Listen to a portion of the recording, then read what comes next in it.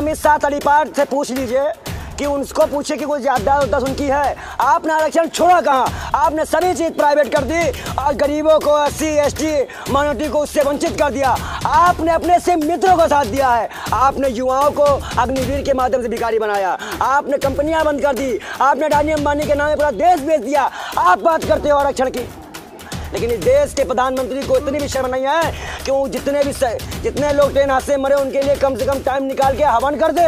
रानी तुम सवाल पूछने जाओगे तो कहा जाएगा कि अमेठी की जनता के साथ अपमान है। अगर मान लो स्मृति मोदी सवाल पूछो देश से अपमान है। अरे बेशर्मो, तुम लोग क्या हो?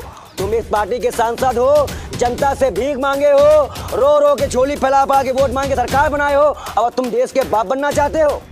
शर्म नहीं आ रही है? कहीं पे कोठा खुल जाता है, कहीं पे आप देखिए जीप बढ़ जाती है, जीप काट गाय की जीप बंटवाई जाती है, खिलाया जाता है, कहीं पर और भी चीज़ों का महत्व दिया जाता है। और अगर ये संस्कारी पार्टी है तो बताए ये कौन संस्कार है जिसमें भाजपा नेता ने अपनी ही बेटी का दुष्कर्म किया मध्य प्रदेश में? ये कौन संस्कार है? क्या इसे संस्कार कहा जाएगा?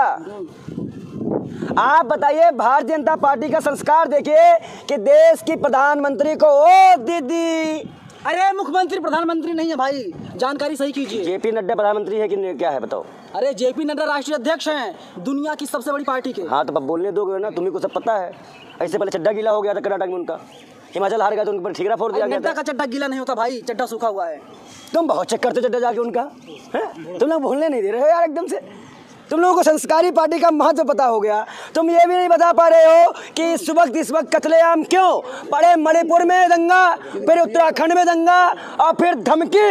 अरे बेशर्मो, शर्मो न है, ये हिंदुस्तान चला रहे हो कि मजाक बना के रखे हो? देश के प्रधानमंत्री 14 के पहले एक शेर की तरह दहाड़ा करते थे। भाइयों बहनों, अगर जनता का आशीर्वाद मुझे मिल जाए ना तो मैं सभी करप्शन करने वालों को जेल भेज दूं।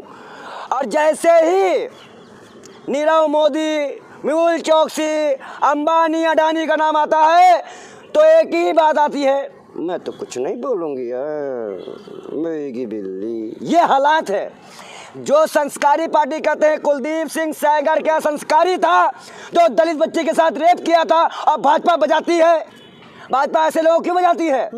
पूरे उत्तर प्रदेश में रोज रेप, रोज हत्याएं, मारपीट, गुंडाई, धमकी दी जा रही है, और बाबा जी सुशासन का बैंड बजा रहे हैं।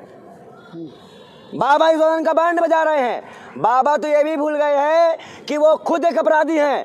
अभी अगर मुकदमा हो जाए, और कहीं ना कहीं जिस तरह से अभी एक मसला आया, 1.5 महीने बाद अनुराग ओझा इस बार यहाँ पे शामिल हुआ। दरअसल अनुराग ओझा वाले में स्टार्टिंग में हम भी सहम गए थे। उनका जिस तरह से आस्था माँ से मिलना, एक बात का एक शक था कि कहीं ऐसा तो नहीं कि वो भी BJP ज्वाइन कर रहे हैं। अनुराग ओझा, सुनिए पहले पूरी बात है, टपावट मत किया करो, तुम्हारी सबसे गंदी बात यही है। जवाब दीजिए तो और मैं क्या कर रहा हूँ? भैया खा रहा हूँ। आप किसी पर पर्सनल अटैक मत कीजिए। मैं क्या आप किसी के बाप मत बनिए। मैं अगर अभिव्यक्ति हूँ तो मुझे बोलने की आज़ादी है। वो हमारे ही ग्रुप का है और एक एक्टिविस्ट है। मेरी शादी में नहीं हुई, मैं बाप कैसे बन जाऊंगा? वही कह रहा है ना, आप किसी के बाप मत बनिए कि मुझे क्या बोलना है, क्या करना है, क्या नहीं करना। लेकिन आप किसी पर पर्सनल अटैक पहले आप बोलने देंगे या नहीं बोलने देंगे? बोलिए। उसके बाद जिस तरह से उसके ऊपर ये कानूनी कार्रवाई की गई, उसने सिर्फ चंद सवाल पूछे जो सरकार को नागवारा गुजरा। 1 महीने से लगातार जेल में डालने की धमकी, जान से मारने की धमकी, लगातार 1 महीने बाद मैं आपके बीच आया हूँ। लगातार जान से मारने की धमकी, घर में तक घुस जाने की धमकी हमें दी जा रही है, पर हम डरने वाले नहीं हैं। जिस प्रकार से वो मसला हमारे सामने आया, हमने देखा, हमने उस चीज़ को, लेकिन उसके बाद अगर आप किसी भी चैनल पे जाकर किसी के भी खिलाफ कुछ बोलते हैं तो ये भी कहीं ना कहीं सही नहीं था। उस वक्त को भाषा संयम खोए थे, लेकिन सरकार ने जिस प्रकार पे उस 19 साल 20 साल के अनुराग ओझा पे कार्रवाई की, तो क्या भाजपा अपने बिगड़े नेताओं पे कार्रवाई करेगी? और हमारा समर्थन अनुराग ओझा को इसलिए भी है कि वो देश का युवा क्रांतिकारी बच्चा है और उसके साथ देश का जनमानस है। तमाम लोग पूछ रहे हैं, जब मैंने पिछली बार आपका इंटरव्यू किया था तो मैंने देखा था कि आपके शरीर पर कपड़े नहीं थे। इस बार आपने 15 लाख रुपए जूते पहन लिए, 25 लाख रुपए कुर्ते पहन लिए, कहाँ से पैसा आ रहा है? एक काम, एक नेशनल दस्तक वालों को सब चीज़ 15 लाख की दिखती है, बड़ा फंडिंग हुई है इनकी। इनको 200 रुपये का जो है सूती का कुर्ता जो है 15 करोड़ का दिख रहा है, 15 लाख का दिख रहा है।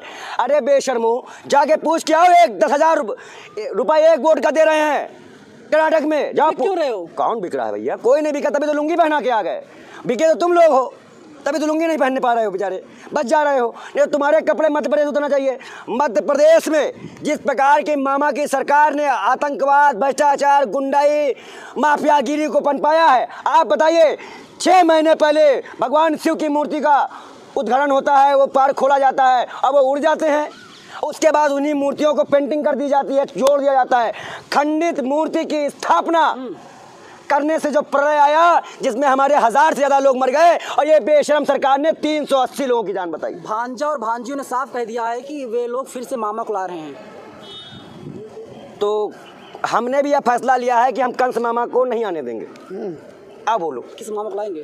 कंस मामा को नहीं लाएंगे। फिर किसको लाएंगे? अरे कमलनाथ जी हैं और भी मुख्यमंत्री हैं। अरे वो तो जाकर धीरेन्द्र शास्त्री के पैरों में पड़े हुए हैं। मैं आपको एक चीज़ बता दूं, सुनो, इस बार भी सरकार हमने ही बनाई थी, सरकार खरीद कर, विधायक खरीद कर जो मामला इन्होंने किया वो इनकी गलती है। और रही बात कौन किसके पैरों पड़ा है, धीरेन्द्र शास्त्री 1 नंबर का फरार झूठा मक्कार है और कोई भी कांग्रेस के नेता उसका समर्थन लेता है, ये बात योगी उसका विरोध करेगा।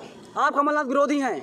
मैंने कहा जो भी ऐसे पाखंडियों को, मैं आपको कितनी तस्वीरें दिखाऊं कि धीरेन्द्र शास्त्री के पैरों में कमलनाथ पड़े हुए हैं। आप चिल्लाओ मत, उस पर मैं विरोध कर चुका हूं, उस पर मैंने बयान दे दिया है, मुझे मत बताया करो। बोलिए, देश की जनता कमलनाथ के खिलाफ है। देश की जनता कैसे भाई, काम से खिलाफ होनी चाहिए ना।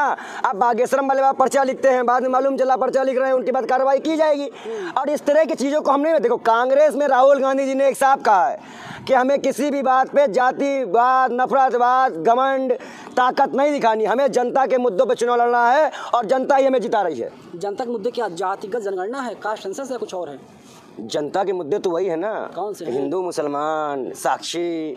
और आज मैं इन पत्रकार, जितने भी चाटुकार पत्रकार हो जो हिंदू मुसलमान करते हो, साक्षी के यहाँ गए थे? बिल्कुल गया था मैं। घर गए थे उनके? बिल्कुल गया था। कहाँ गए? माँ से बात की, उनके पापा से बात किया। साक्षी घर गए, क्या मिला उसमें से?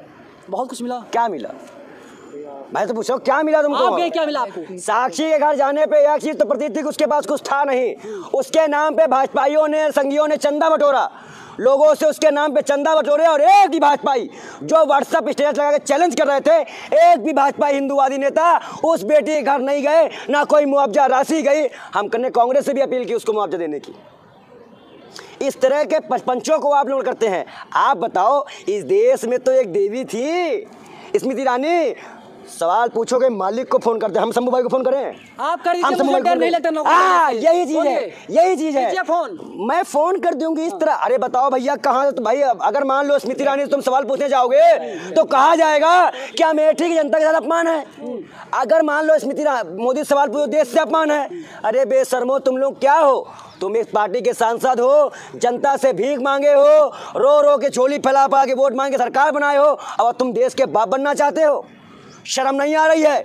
अरे आपको हम बता दें, जिस दिन उत्तर वहाँ पे लाशें गिरी, मैंने सभी के लिए शांति पाठ किया, हवन किया, लेकिन इस देश के प्रधानमंत्री को इतनी भी शर्म नहीं है कि वो जितने लोग ट्रेन हादसे मरे उनके लिए कम से कम टाइम निकाल के हवन कर दे। अरे वो छोटा मुद्दा है सर। अमित शाह का बयान आया, उन्होंने कहा कि मुसलमानों को आरक्षण नहीं मिलेगा, मेरा लक्ष्य यही है, संविधान खिलाफ। आप ये अमित शाह तड़ीपार से पूछ लीजिए कि उनको पूछे कि कोई ज्यादा उनकी है। आपने आरक्षण छोड़ा कहाँ? आपने सभी चीज़ प्राइवेट कर दी और गरीबों को, SC ST माइनॉरिटी को उससे वंचित कर दिया।